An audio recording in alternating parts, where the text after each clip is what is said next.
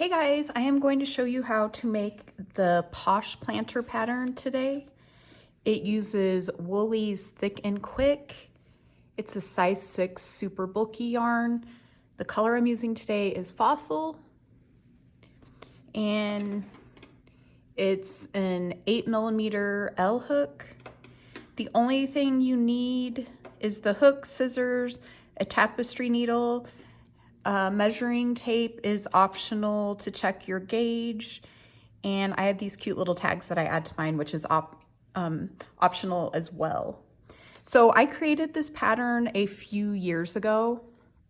As you know, you guys, I love my planter patterns, and I've made a lot over the years. So this one I called the Posh planter, and it uses the waistcoat stitch, which is like a knit looking stitch, and it's just really pretty. And then a reverse single crochet around the top, which I'll show you. So this will fit a little plant. I found these cute little plants at Target. You know, I'm always looking for affordable, realistic plants. This one is probably the most realistic succulent I've ever seen, faux-wise, especially for the price.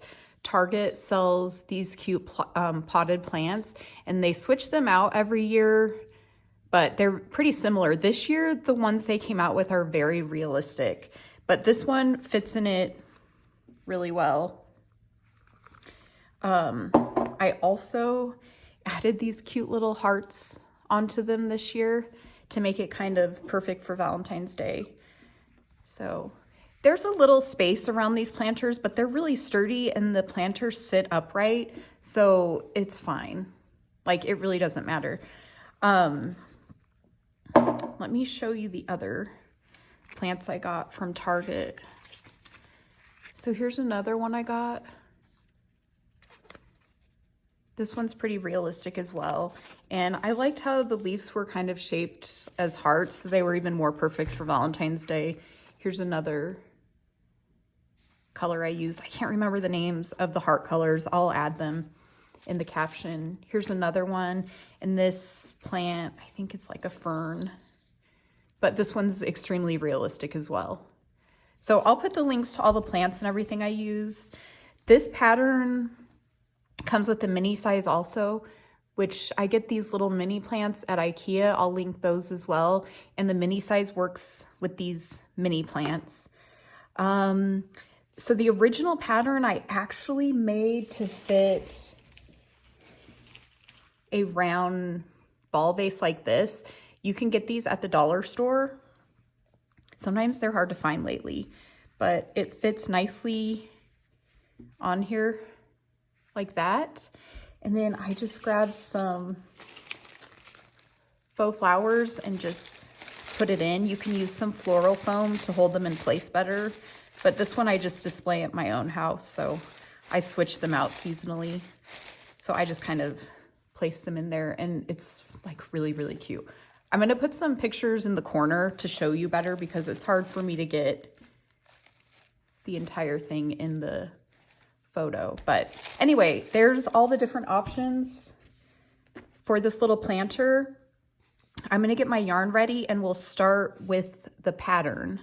We are going to be working on the regular size. The mini size will be on my blog and in the written instructions, but for video purposes, we're going to do the regular size only. So give me a minute to get the yarn set up, and I will be right back. Okay, so the pattern starts out working in the round. We're going to do a magic circle. With the waistcoat stitch, it does leave quite a bit of a visible seam. So the pattern is written doing a chain 1 and joining with the slip stitch at the end of the round. In the video, I'm going to show you a variation on how to join the waistcoat stitch with a more seamless method. So I'll give both methods, and you can just choose whichever one is easier for you. Typically, I don't really mind a seam, especially like on planters and things that you're probably going to be having the seam face away from the eye's view anyway. But I know when I initially wrote this pattern, a lot of people wrote in and they wanted a seamless method. So we're gonna include that. Okay, so first we do a magic ring. So I wrap it around my finger twice, insert the hook under the 2 rings, pull up a loop, chain 1. So the first round is 10 half double crochet in the ring. So half double crochet is yarn over, insert the hook, pull up a loop, yarn over, and pull through 3 loops. So that's 1, 2, 3, 4, 5, 6, 7, 8, 9, and there's 10. So with the magic ring, when I'm using Woolies Thick and Quick, I just pull. It's a thick yarn and I can pull the ring closed, but the actual method is you find the loop. I always forget which loop it is. I guess it feels like it's the front loop. So take the front loop and you pull and see it's kind of closing, and then you take the tail and you pull the rest of it tight like that, and then you close it. Okay, so we're going to join with a slip stitch to the beginning half double crochet, which is this stitch right here. The beginning chains do not count as a stitch, so you always join to the beginning actual counted stitch. Okay, so the bottom rounds, there's no need for a special round because, a special join because the seams do not show. So for round 2, it's a chain 1, and we're gonna half double crochet 2 into each stitch around. So there's 1 and 2. So we had 10 stitches in the first round, we're gonna have 20 in the next. There's 4, 5, 6, 7, 8. So I'm going to go ahead and finish this round off camera, and I'll meet you back here when we join. Okay, so there we have round 2 finished. We join to that beginning half double crochet with a slip stitch. So for the mini version, you would stop here and start working the sides. This is the regular version, so we do 1 more round, which would be 30 stitches total. So we're going to chain 1, and in this round we half double crochet in the first stitch, 2 half double crochet in the second. So there's 1, 2, 3, and then we just repeat that around. So 1 half double crochet in the next stitch, 2 half double crochet in the next stitch, 1, and then 2. So if you want to make a larger planter, you just keep repeating your increase rounds for as many as you want before starting the sides. If you want it smaller, you can skip an increase round. It's the basic increase. Like if I went to a round 4, it would be single crochet, keep saying single crochet, I mean half double crochet in the first 2 stitches, and then 2 half double crochet in the third stitch, and you just repeat that around. For the next round, it would be 3 half double crochet in the first 3 stitches, and then 2 half double crochet in the 4th stitch. So I'm going to go ahead and finish round 3, and I will meet you back here in just. Okay, round 3 is complete. Again, we join with a slip stitch to the beginning half double crochet. I always pull my working yarn a little bit so that this loop on the hook is as small as I can get it. And then the little bump right there shows a little bit less. So now we can measure it to see if we're on track for what my size in the pattern says. I said it should measure roughly 4¼ inches across, which I'm exactly there. So 4¼ so we're good. I will say certain colors in the Lion brand, like this one is Fisherman, it seems a little bit thicker, so I feel like it did work up a little bit larger. But if you are a little bit flexible on the size, I wouldn't be overly concerned with it. If you need it more spot on, crochet a little tighter or go down a hook size or go up a hook size to meet the gauge a little bit better. Okay, so before we start the waistcoat round, we have to start with a round of single crochet.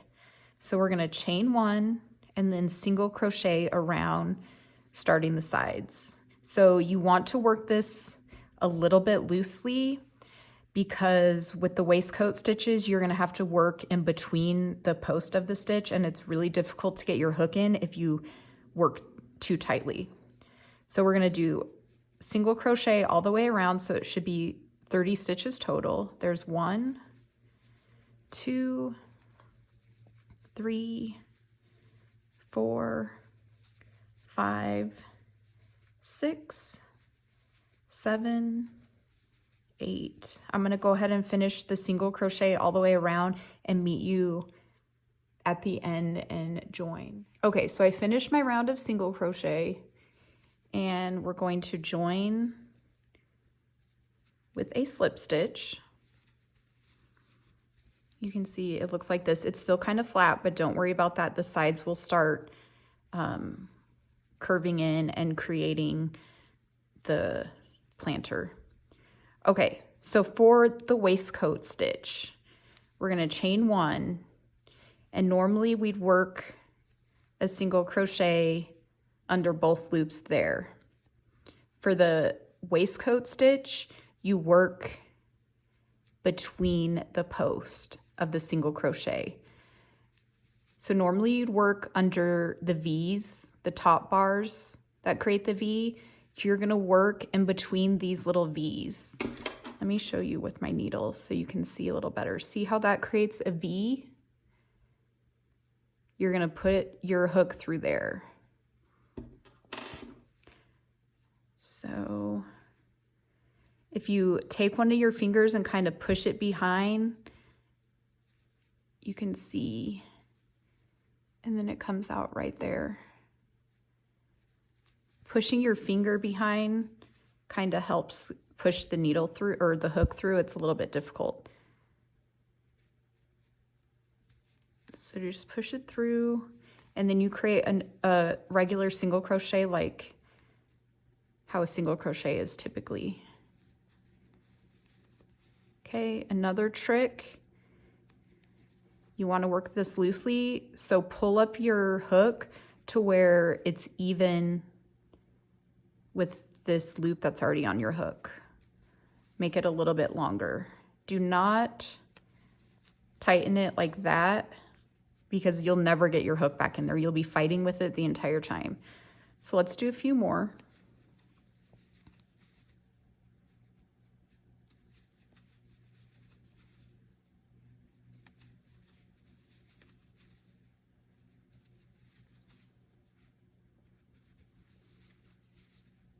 Okay. Now I'm going to finish this round, and on the next round I'm going to show you the alternate method of creating this seamless join instead. So give me just... Okay, so I finished the first round of waistcoat stitches, and now we need to join the round. So I'm going to show you how to do this seamless join on this round. So typically you just join with the slip stitch, chain 1, and then you'd start the waistcoat pattern again, which is working the single crochet in between the 2 posts, like I just showed you in the previous clip. Okay, but we're gonna do a seamless join. So you remove your hook and pull that loop up slightly. Insert your hook. So here's the first stitch, the 2 top bars of the first stitch. This would be your front and back loop. So you insert your hook from the back to the front under those top loops. Put the loop on there and pull it through to the back. Okay, you can tighten that up a little bit. You want this little space right here as small as possible. Okay, now we need to insert, kind of hold it onto this, insert your hook, just like you're doing the waistcoat stitch in between the posts of that first single crochet or the first waistcoat stitch. Okay, yarn over, pull up a loop. Okay, then you put your hook on that second loop, yarn over, and complete, basically you're completing a single crochet. Okay, now we're going to complete the waistcoat stitch all the way around. So that was the very first stitch that we completed. So just keep going around, working in between the posts of those stitches instead of the top.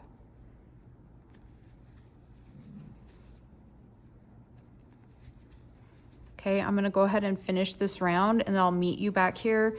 And the second round of the invisible join will be just a little bit different. So I'll show you that in just a second. Okay, so I just finished that last round. So we're gonna do the invisible join again. So you'll notice on that first round, we had the 2 bars right here from the chain 1, and we worked under that to do the invisible join. Well, typically you're not doing that chain 1 at all. So it'll normally look like this. You'll have your first waistcoat stitch right there, but you won't have your first 2 bars until the second stitch right here. So you insert your hook under the 2 bars of the second stitch from the front to the back, just like you did on the previous round. You insert your loop onto your hook and you pull it from the front to the back. You want to kind of pull it tight. Again, we're trying to get this as small as possible. Okay, remove your hook, and now this time you're going back into the first waistcoat stitch between the bars of the post stitches, yarn over, pull through to the front, put your hook back on that back loop, yarn over, and there you have it. Do you see how seamless that's starting to get? You'll notice as we go, you won't be able to see anything. This is the slight seam from the regular join that we did at the beginning. Okay, then you just follow along doing the waistcoat stitch. Again, you enter between the 2 bars of the post of the stitch. And again, we have 30 stitches around.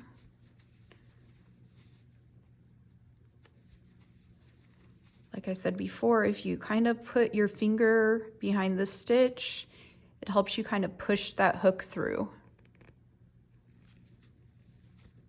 Oops. Okay, so I'm going to finish this round and I'll meet you back here. Okay, so we're back at the end again. I have my loop that's just a little bit longer. Again, here's my first waistcoat stitch. Here's the second one. We're inserting our hook under the top loops of the second stitch.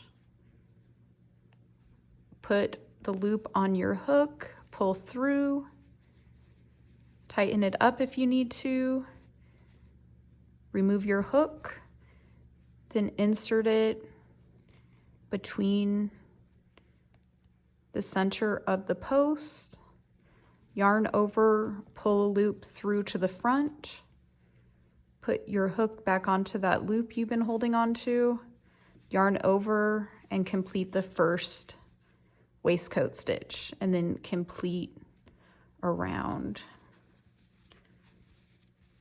So the pattern goes on for, I believe, 14 rounds before we start the little border. Yep, it's 14 rounds. So I'm gonna go ahead and finish the 14 rounds and then I'll show you how we do the top reverse single crochet border. So basically each round from here is exactly what we've been doing. If you chose not to do this seamless join, then you just chain one, join with the slip stitch at the end of each round. If you chose to do the seamless, you just continue on by that method I showed you where you insert your hook under this top bars of the second stitch and then finish it up like that. So go ahead and meet me back. Okay, so I finished round 14 and now we're going to work on the finishing round, which is a reverse single crochet. You can see how nice that turned out with all the little V stitches that it creates. Here's the seam. You can see where we did the invisible join right here. You can't see a join hardly at all. Down here is where we used the slip stitch and chain one method. So it really does look nicer if you take the time to do that if you want to. Okay, so we're gonna do the seamless join method again, but we're not going to complete the waistcoat stitch afterwards. So here's what you do. You insert your hook just like before, put the little loop on the hook, pull from the front to the back, and then we're going to chain one. Now with the reverse single crochet, it's basically a single crochet, but we're working backwards or in reverse. And with this pattern, we're going to be working in the back loops only. And you start in the last stitch of the previous round, which these two loops would be that last stitch. We're only working in the back loop, which is that loop. Okay, so we already chained one, and now we insert our hook under the back loop, pull up a loop, yarn over, and pull through two loops. And you just keep doing that around, just like a single crochet, but in reverse. You can do this with regular tension or even a little bit tighter because it'll curve that top round in a little bit and it will fit nicely, especially if you're putting one of these under or over the little glass ball vase. Okay. So again, working in that back, under that back loop only, you insert your hook, pull up a loop, yarn over, pull through two. Okay, I'm gonna finish this up and show you how I join the round. Okay, I finished the round of stitches. I only had one stitch to go. If you did a chain one and slip stitch join, you're gonna have this huge extra space here. This one, stitch right here is actually my 30th stitch, but if you do the slip stitch join, you're gonna have this weird space here from the slip stitch. I always do an extra stitch under there to help finish it off nicer. And so if you do the other method, you're gonna have 31 stitches total instead. But this one, you can see my first waistcoat stitch of the round is right there. So I'm gonna actually go under there for my 30th stitch. Okay, then you fasten off. And for this waistcoat stitch, here's how I finish it off. Once you fasten that off, it leaves like this weird little bump. So I just take my yarn and thread and go right there and just push it from the front to the back. Kind of adjust it as you go, pull, and it pretty much matches with the rest of them. I worked in the back loop only, so you'll see like a little bit of a change right there, but when you work under both loops, it's a lot less noticeable. Anyway, so you just finish weaving in the loose ends. You get this cute little basket. See how the top is kind of curling in? I like that it looks that way. You can adjust it, but it looks really nice around the glass ball vase curling in like this. I get my little leather tags, screw it on. These screw-on ones are really nice. These are called Chicago screws. I'm gonna link everything below, like all the plants, the little leather tags that I use. And then that's pretty much finished. You just add any plant of your choosing or the little vase. And then if you want to do the heart, I have a full YouTube tutorial on how to create this heart. I'll have the written instructions as well. And then once you finish the heart, I actually just hot glued these on. If you want it a little more professional, you can leave a long tail end after you finish the heart and then take your needle and just gradually sew it on around the edges. You want to make sure if you sew it on, you don't pull too tight to make the heart pucker. But honestly, like, you can't even see the glue. I left it off the edges and just put it really good on the inside and like kind of put the glue around that portion of the heart on the opposite side, glued it on, and it was super easy. So I will have that pattern for you as well. Here's the other heart. You can see this one a little bit better. For some reason, that red color does not photograph well or show up on film well. It always looks really bad, but this color is really cute. So anyway, if you have any comments or questions, leave them below. As always, you can find me on Instagram, my new blog, Etsy, Ravelry. I'm all over the place. And I'll write all the notes and everything below so you know where to find all the links to the patterns and everything. And I look forward to talking to you guys again soon.